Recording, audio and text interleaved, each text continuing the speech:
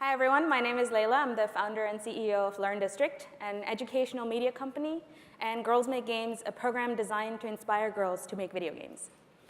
Now, a show of hands in the audience, how many here have ever played a video game? I love it. Okay, how many here have ever made one? Oh, one person, two, three. Okay, this is why Girls Make Games exists. But before I dive into that, I actually wanted to share a little bit about my background, because the story of Girls Make Games is deeply embedded in my childhood. So I grew up in the Middle East, and I was raised in a conservative Pakistani home. So everything that comes to your mind when I say those words, conservative, girl, Middle East, were mostly true. I mean, I went to an Islamic school. My mandatory uniform included a headscarf. I wasn't allowed to play outside, and most of my relatives and teachers mocked me for wanting to follow through Bill Gates' footsteps. The only difference in my life and the lives of all the girls around me was my parents. They had both had their schooling interrupted by life. You know, my mom wanted to go to law school, but her family didn't think it was a good idea. My dad had to drop out of high school himself because his father passed away, so now the burden of financially supporting his mother and siblings fell on him. So together, they worked very, very hard and spared no effort in making sure their kids got an excellent education. They taught us the true purpose of an education, to leave this world a little better than we had found it. Their efforts paid off when I got into MIT at 18. I ended up studying economics, not computer science or video game development. In fact, my only introduction to games and people that played them came from pop culture. So I actually thought that most people that played games were teenage white dudes, grown-up white dudes, or cartoon white dudes. I watched a ton of South Park in college. It was not a good idea. Well, after graduating, I experimented a little bit in different jobs in finance and policy making, but I really wanted to get back to my true calling. You know, I wanted to get a PhD and become a professor and change the world. Well, for as long as I could remember, I'd wanted to teach. When I was 8, I launched a little after-school program in our backyard to help our neighborhood kids with their homework. So you could say I had some experience running enrichment programs before Girls Make Games. But while I was preparing for my PhD, I met a guy, and he turned my world upside down, like Bollywood songs and everything, but also because he introduced me to the world of video games that go beyond entertainment. So games that teach, inspire, move, games that make you think. And coincidentally, he was a brilliant, nationally ranked mathematician, but he played video games competitively, which means he got paid to play video games. I had never been so appalled and so fascinated by the same person. But you know, the good thing was he wanted to do the same things I did. We had similar dreams. He wanted to teach. He just wanted to do it at a much larger scale than one classroom. So I was convinced. You know, I said yes, we got married, and we moved all the way across to California to start a video game company. And that's LearnDistrict. So here I was, a freshly minted CEO of a games company, and I did not play any video games. I also knew very little about the industry or the people that played them beyond South Park, which was not helpful. So I want to share a few things that I found out back then doing my homework, but they continue to amaze me. So the first thing is that the average gamer is actually an adult. So the stereotype of a teenage boy is not true at all. There's more women that look like me, so adult women that play games, than teenage boys. And my favorite, nearly half the gaming population is female. So the reality is, half the gamers look like this. And this competitive esports. Even this, you know? Thank you, Farmville, for introducing games to our grandparents. You know. But when you turn this camera around from players to makers, the numbers just crash. We go from half the population representing women to less than 15%. Okay, so men make most of our games and women don't, so why does it matter? Why is it so important for women to make games? Maybe it's not a thing they do. Well, inclusivity, representation, diversity arguments aside, here are my top 2 reasons why women need to make more games. So the first one is influence. When women don't make games, their voice, their perspective is left out of this powerful vehicle for social change. When we talk about changing the world or shaping young minds, do you really think it's a good idea to leave such an important task to one almost homogeneous group? I don't think so.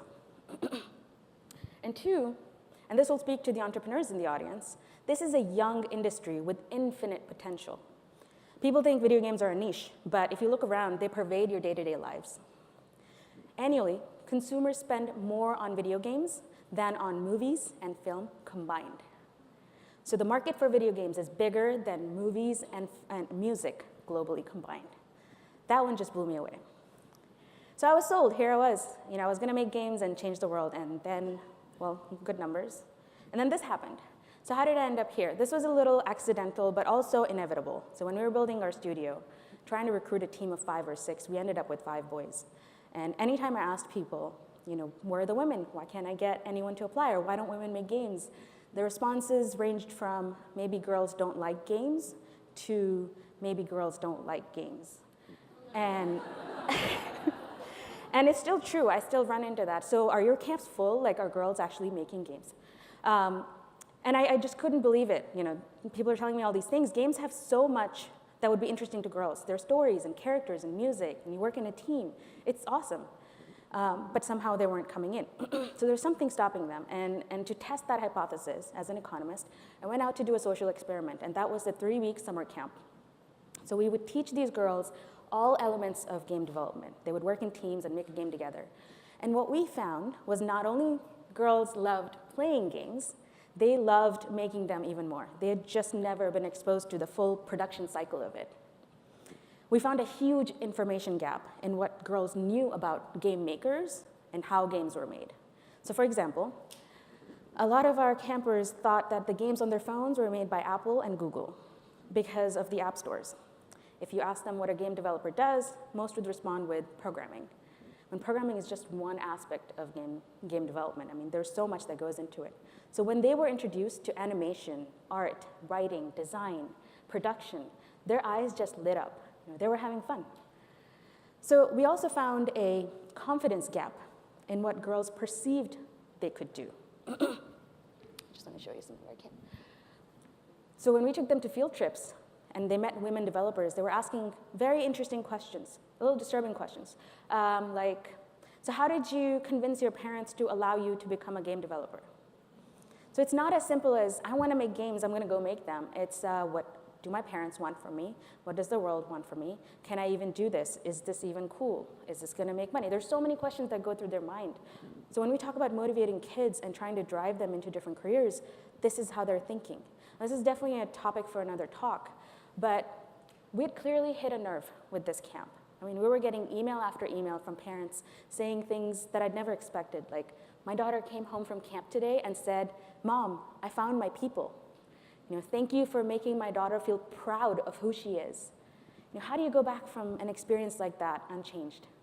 So I sat my team down and we made an executive decision. I made an executive decision to go full-time on Girls Make Games. So we paused our own educational game at that time.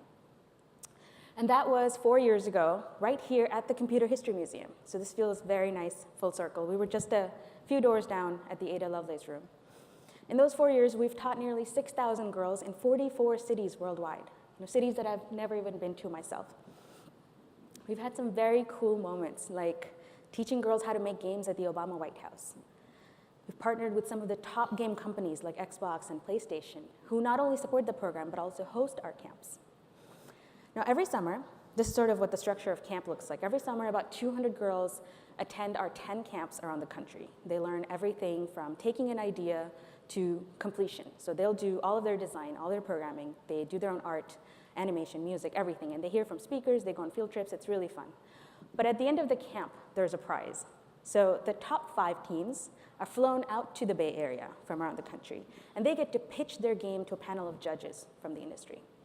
And the prize for the winning game is getting your game kickstarted, professionally developed, and then published. It is very cool when you're 12 and your game is being published. It feels really great. So I wanted to show you 2 games that have won our contest in the past. So the 2014 title called The Whole Story. It's very punny, very cute, very charming.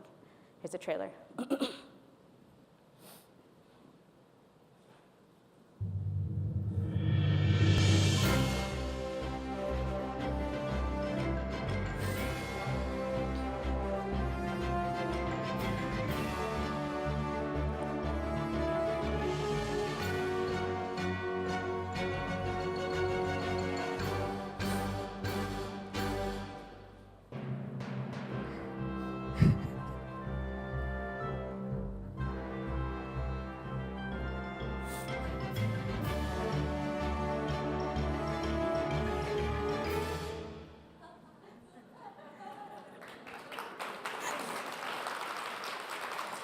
So it's very punny. There's a lot of riddles. There's a lot of unicorns. They're very sassy.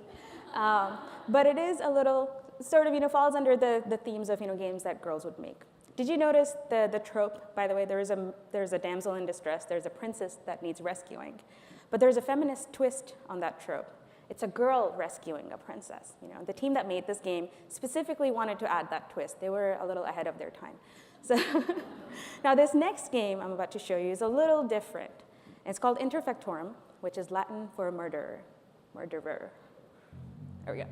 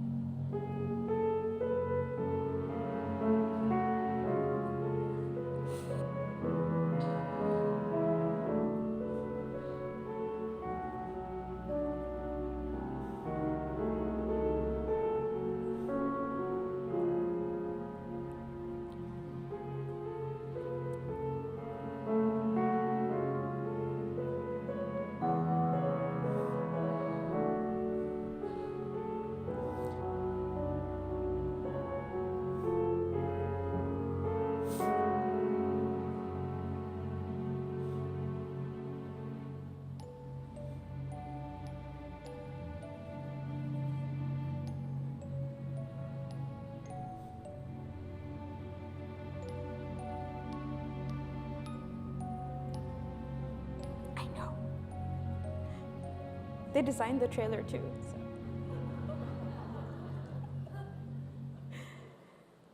Okay, so just a little different. Heads up, the game is rated T for teen. It was made by a team of teen girls, so they're aware of ratings and what's appropriate, age appropriate and stuff, because the camp does go from 8 to 18 to some older girls. So year after year, gore and horror end up being like the top three categories, and it's a little disturbing, but then you have shows like Stranger Things being super popular with kids, so it kind of, I don't know what's going on these days, like with these So we've been running camps and workshops, and it's great. By the way, both games are on Google Play and Steam, so definitely check them out. What's next? Scaling Girls Make Games. I'm super passionate to be taking our program online. We're calling it the Girls Make Games portal. So we're putting up all of our curriculum, everything that we've learned so far about making games, what games are, how do you get into college to study, what games are, and then working in the industry. It's a work in progress. We launched an alpha, so if you go to our website right now, there's the alpha version. Please let us know if there's anything helpful that you find there. I'm personally very excited about this because the internet changed my life. I mean, I found about MIT on a random college confidential forum. Does anyone remember that? Yeah, okay, that's how I found out about college. And I'm hoping that if someone's looking for how do I make a game and they find this website, it's useful to them. And the second thing I want to share is a very exciting contest that we're running right now with Google Play. It's called Change the Game Design Challenge. And it's open to teen girls anywhere in the US. All you have to do is submit a game idea. You don't have to code anything. You don't have to have any prior experience. Just write down what your idea is and submit it to us. And you could win up to $10,000 in college scholarships and $15,000 for your school. And you'll fly out to LA and we'll party it up and it'll be really fun. So that's there too. Oops, sorry, there's a last slide, but I still had another slide. I think it's not in there. That's okay. Well, a few weeks ago, someone asked me if there were any game characters that inspired me. And I couldn't think of anything because, well, I don't play that many games to begin with. But also, it's really the girls. I mean, the girls inspire me to no end. I joke about how I haven't made my own game, but my students have. And that's something I can look up to for them, They've published games. But the thing that really strikes me about these kids is they're not afraid to tackle some of the most difficult and serious topics like bullying, depression, even death. They're making some of the most unique and powerful games the world is yet to see. So I'm so excited to be on this journey with them, and I can't wait to see how they change the games industry and the world while they're at it. I'll be around after this talk if anyone wants to connect. Thank you so much for listening.